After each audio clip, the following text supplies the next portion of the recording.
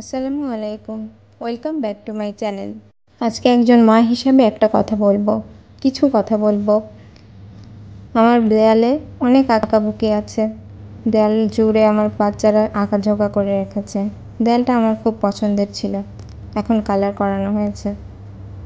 দেয়ালগুলো দেখতে আমার খুব ভালো লাগতো।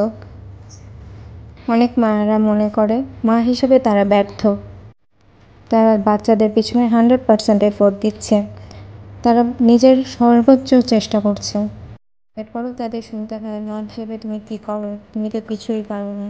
বাচ্চা অসুস্থ হলে তাদের উপর চিল্লাচিল্লি করা হয়। ফ্যামিলির মানুষরাই তা করে, মায়ের সাথে তাকে একটু অপরাধী করে ফেলা হয়। মাদের নিয়ে ভীষণ রকমের অনেক কন্টেন্ট, অনেক ভিডিও আপলোড দেওয়া আছে। অনেকে অনেক কথা বলে। যে আপনাকে যাই বলুক না কেন, আপনি জাস্ট একটা জিনিস চিন্তা করে দেখেন, আপনাকে সন্তানটা কে দিচ্ছে? এটা আল্লাহ দিয়েছে না? আর কেউ না। আল্লাহ আপনাকে মনে করেছে এই বাচ্চাটার জন্য আপনিই পারফেক্ট।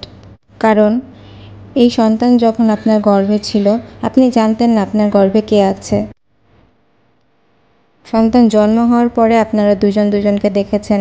আপনারা কিন্তু দেখার পরে ভালোবাসার সৃষ্টি হয়েছে তা কিন্তু নয়, দুজন দুজনকে গর্ভ থেকেই ভালোবেসেছেন। আপনার মাকে আপনি ভীষণ ভালোবেসেছেন।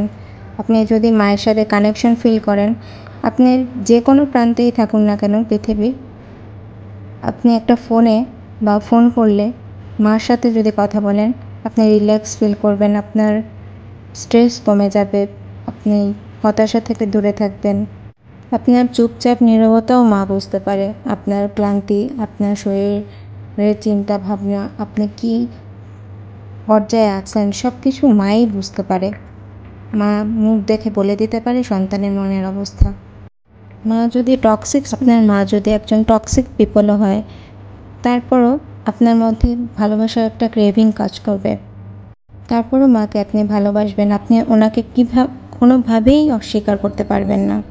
আমরা বড়রাই এভাবে ফিল করি, আর ছোট্ট আপনার শিশুটি, ওদের কাছে তো আমরা অনেক স্পেশাল। ওদের মাই সব কিছু, পৃথিবীর সব কিছু ওদের মা। বাচ্চাদের আশেপাশের মানুষ যদি ওদের বলে যে আপনার মা, তোমার মা তো তোমাকে ফেলে চলে গেছে, তোমার মা এই, তোমার মা সেই, কিন্তু বাচ্চারা কিন্তু বিশ্বাস করে না, বরঞ্চ ওদেরকে শত্রু ভাবে।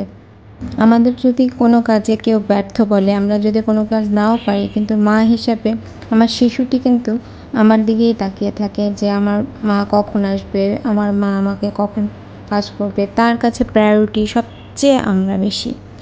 মা হিসেবে আমরাই পারবো বাচ্চাটাকে সময় দিতে, বাচ্চাটাকে সাহায্য করতে। বাচ্চাটা খেলার ফাঁকে, টিভি দেখার ফাঁকে বারবার রান্নাঘরে এসে মাকে চেক করে যায়, মা কী করছে। মা যদি একটু ঘুমিয়ে থাকে, বারবার এসে দেখে মা ঘুম থেকে উঠেছে নাকি। মায়ের প্রেজেন্টটাই ওদের কাছে সবচেয়ে গুরুত্বপূর্ণ। বাচ্চাদের কনসার্নটাই থাকে যে মা যেন উপস্থিত থাকে বাসায়, বাসায় থাকলেই তাদের শান্তি লাগে।